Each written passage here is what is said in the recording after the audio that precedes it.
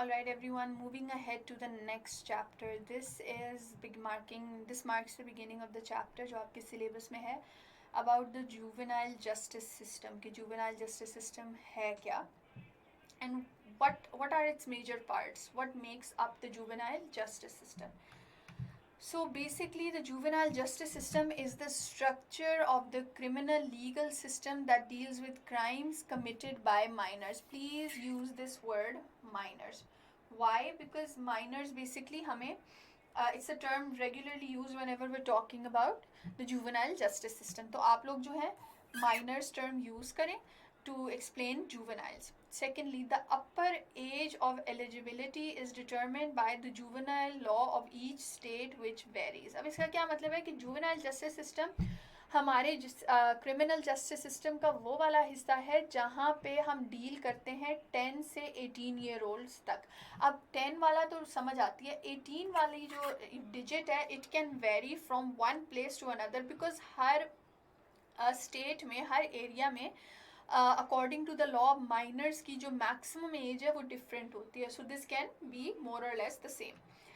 A juvenile crime is an offense that could be committed by an adult but is committed by a juvenile. एक ऐसा crime जो एक adult करे तो भी crime है, लेकिन अगर एक juvenile करे तो उसको हम क्या कहते हैं? A juvenile crime. In the juvenile justice system, youth offenders are not tried as adult. Tried का मतलब यहाँ क्या है कि उनका ट्रायल जो है वो एक अडल्ट की तरह उनका ट्रायल नहीं होता, उनको सेपरेटली हैंडल किया जाता है. And their cases are heard in a separate court designed for juvenile. Separate court very important. और ये पाकिस्तान के बारे में भी हमारे जुवेनाइल जस्टिस सिस्टम में भी ये है, बट इट्स नॉट उस तरह से अप्लाई नहीं होता. तो ये this is what the juvenile justice system basically is. Now why do we have a juvenile justice system? Aims और objectives क्या हैं हमारे juvenile justice system में? Number one, fairness and equity. Fairness and equity के हम बच्चों को बच्चा समझ के उनको उस तरह से ट्रीट करें. Secondly, public safety.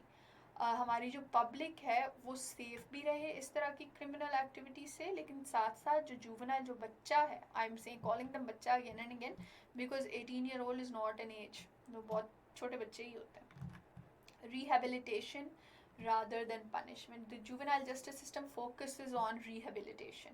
जो हमने पीछे पढ़ा था कि किसी के अंदर किसी को सुधारना in a positive way, उसको सही रास्ते पे लेके आना.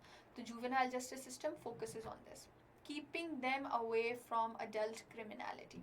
आप अगर एक 15 साल के बच्चे ने चोरी किया, आप उस बच्चे को 40-40 साल के सीरियस क्रिमिनल्स के साथ अगर जेल में रखेंगे या उनके साथ कोर्ट ट्रायल्स वगैरह भी उनकी चलेंगे, आप मुझे बताएं उनका नेगेटिव इन्फ्लुएंस होगा कि नहीं होगा उन बच्चों पे? ऑफ कोर्स होगा. So keeping these people in these kids in their tender as, उनको ऐसे अडल्ट क्रिमिनल से दूर रखना. Prevent labelling. लेबलिंग हम नहीं चाहते कि एक बच्चा अपनी लाइफ के स्टार्ट में ही बुरा समझा जाए और फिर उसके साथ सारी ज़िंदगी वो बुरे वाला टैग रहे. This is why we try कि हम जुवेनाइल जस्टिस सिस्टम के थ्रू उसको एक परमानेंट क्रिमिनल ना बना दें.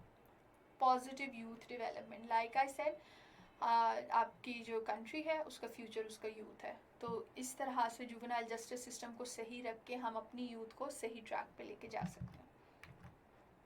सो what makes up the juvenile justice system? हमारे juvenile justice system के working limbs क्या हैं?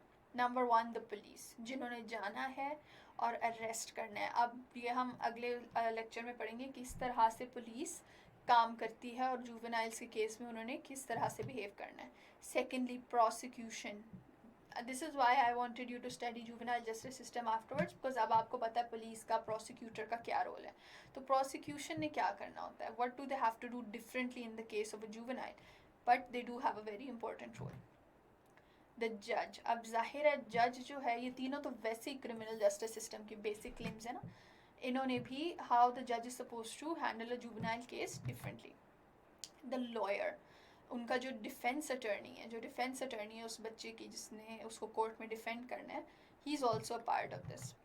The next is the social welfare officers. वो ऑफिसर्स जो इस तरह की यूथ को हेल्प आउट करती है. And the last is the probation officer. हमारे अच्छा जुवेनाइल जस्टिस सिस्टम में प्रोबेशन इज़ ऑलवेज प्रेफर्ड. कोशिश किया जाता है कि उस बच्चे को जेल भेजा ही ना जाए.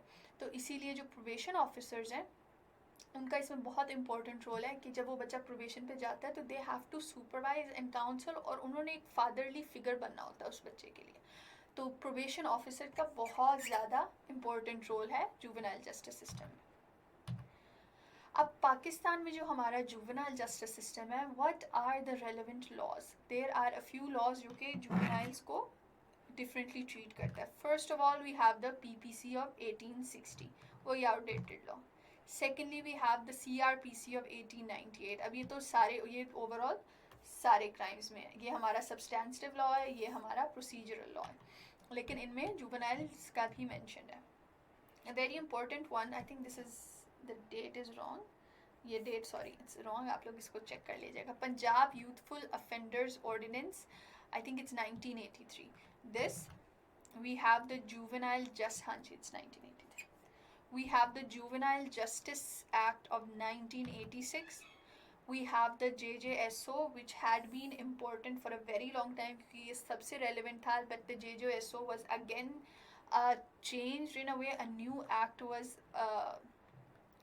this was basically the Juvenile Justice System Ordinance. ठीक है, this was replaced by the JJSA in 2018.